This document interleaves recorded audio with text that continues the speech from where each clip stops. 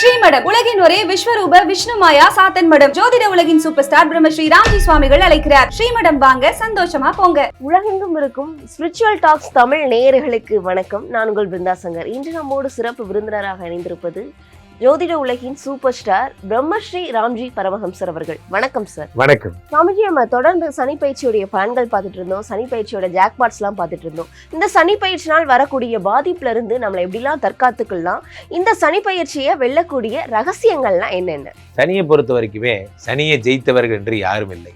உண்மையை சொல்லப்போனால் Shani is the most powerful planet இந்த 9 கிரகங்கள்ல. பட் ஆனால் சனிக்கு சில சாஃப்டான ஒரு கான்செப்ட்லாம் இருக்குது. என்ன அப்படின்னா, அன்னதான பிரபுன்னு பேர். சனி அடியாருக்கு எளியவன்னு பேர், எளியவருக்கு எளியவன், தொண்டனுக்கு தொண்டன்னு பேர்.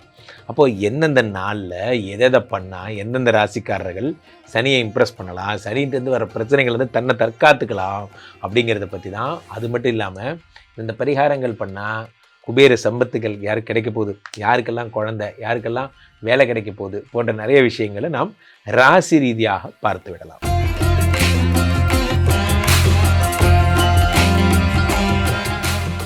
சுவாமிஜி, கும்பராசிக்காரர்களுக்கு இந்த சனியை வெல்லக்கூடிய ரகசியங்கள்லாம் என்னென்ன? கும்பராசிக்காரர்களை பொறுத்த வரைக்குமே கும்பராசி என்றாலே குதூகலம்னு தான் சொல்லணும். கும்பராசிக்காரர்களை பற்றி பேசினாலே குவிந்து விடுகிறது, என்ன சொல்கிறது.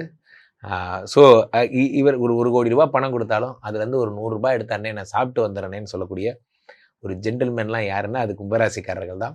இந்த கும்பராசிக்காரர்களுக்கு எங்கே இருக்கார் சனி பகவான் அப்படின்னு பார்த்தீங்கன்னா 2ஆம் இடத்துல இருக்கார். 2ஆம் இடம் என்பது தனஸ்தானம். சனி கொடுத்தால் எவர் தடுப்பார்? சனி 2ஆம் இடத்துல இருக்கார். 2ஆம் இடத்தை சனி பகவான் இவரை பிரீத்தி பண்ணுறதுக்கு ஒரே வழி சிவ வழிபாடு. நன்றாக புரிந்து கொள்ளுங்கள். திருவாலங்காடுன்னு ஒரு இடம் இருக்குது. திருவாலங்காடு, நீங்கள் திருவாலங்காடு சென்று வழிபடுங்கள். சென்னை பக்கத்தில் தான் இருக்குது திருவாலங்காடு. திருவாலங்காடுக்கு சென்று வழிபடுறோம். அதே மாதிரி பெரும்பாலும் நடராஜருடைய பாதங்கள், நடராஜர் வழிபாடு உங்களுக்கு ரொம்ப ஹெல்ப்பாக இருக்கும். சதய நட்சத்திரத்தை சேர்ந்த ராஜேந்திர சோழன், ராஜராஜ சோழன் எல்லாருமே சதய நட்சத்திரத்துக்காரங்க தான்.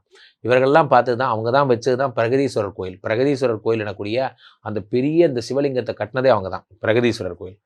அந்த மாதிரியான பெரிய சிவலிங்க வழிபாடு இவர்களுக்கு ரொம்ப ஆப்ட்.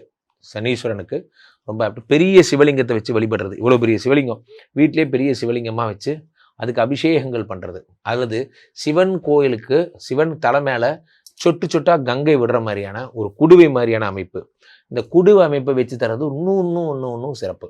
அதை நீங்கள் வைக்கும் போது என்ன ஆகும்னா, சிவபெருமான் கங்காதரராக ஜில்லுன்னு ஆயிடுவார்.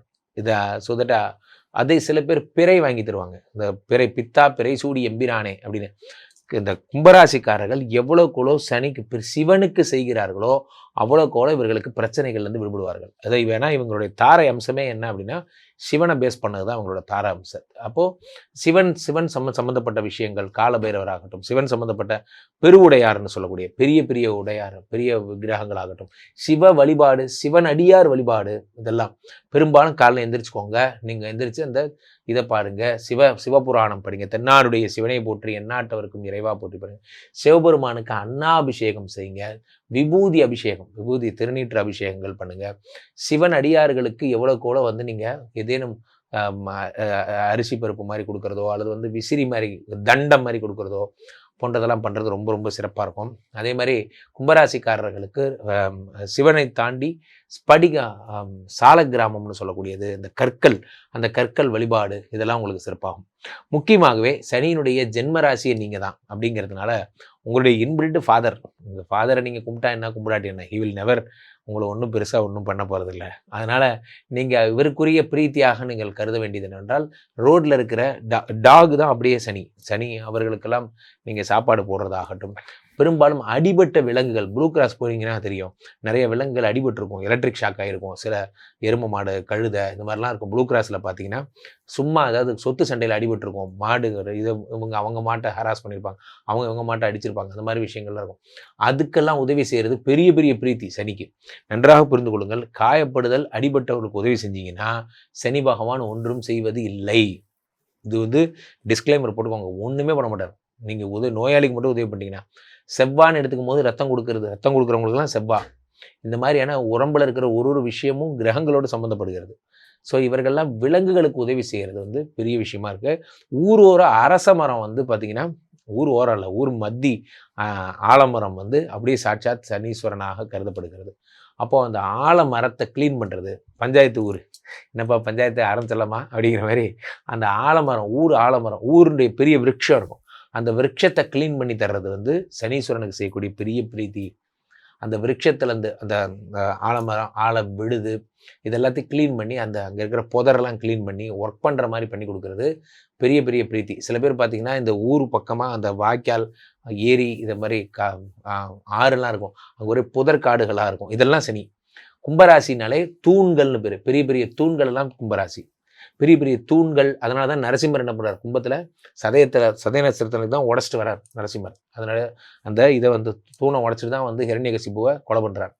அந்த மாதிரிலாம் வந்து என்ன பண்ணுறாங்க அப்படின்னா அந்த தூண்கள் கட்டித்தர்றது, மயான பூமியெல்லாம் இருக்குது பாருங்கள், எரி மேடையெல்லாம், அதுக்கு வந்து அந்த தூண் வச்சு தர்றது, தூண்கள் செய்து கொடுங்கள். பெரும்பாலும் வீட்டுக்குள்ளே கூட, கோயிலில் கூட சரி, ஒரு இது ஆடுது அப்படின்னா தூண் பண்ணி கொடுக்கறது சனிக்கு பெரிய பிரீத்தியாக இருக்கும். பொதுவாகவே இந்த சனி பயிற்சியை பொறுத்த வரைக்குமே சனினாலே எல்லாருக்குமே ஒரு பயம்தான்.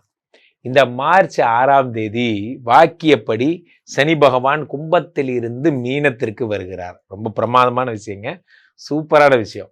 பட் ஆனால் இதனால் ஏற்படக்கூடிய வைப்ரேஷன், இதனால் ஏற்படக்கூடிய பாதிப்புகள் என்ன அப்படின்னு பார்க்குறோம். அதில் என்ன முக்கியமான பாதிப்பு அப்படின்னா, இத்தனை நாள் சனி தன்னுடைய சொந்த வீட்டில் இருந்தார், அவர் தன்னுடைய வீட்டில் ஆட்சி பெற்று அமர்ந்திருந்தார், அது வேற.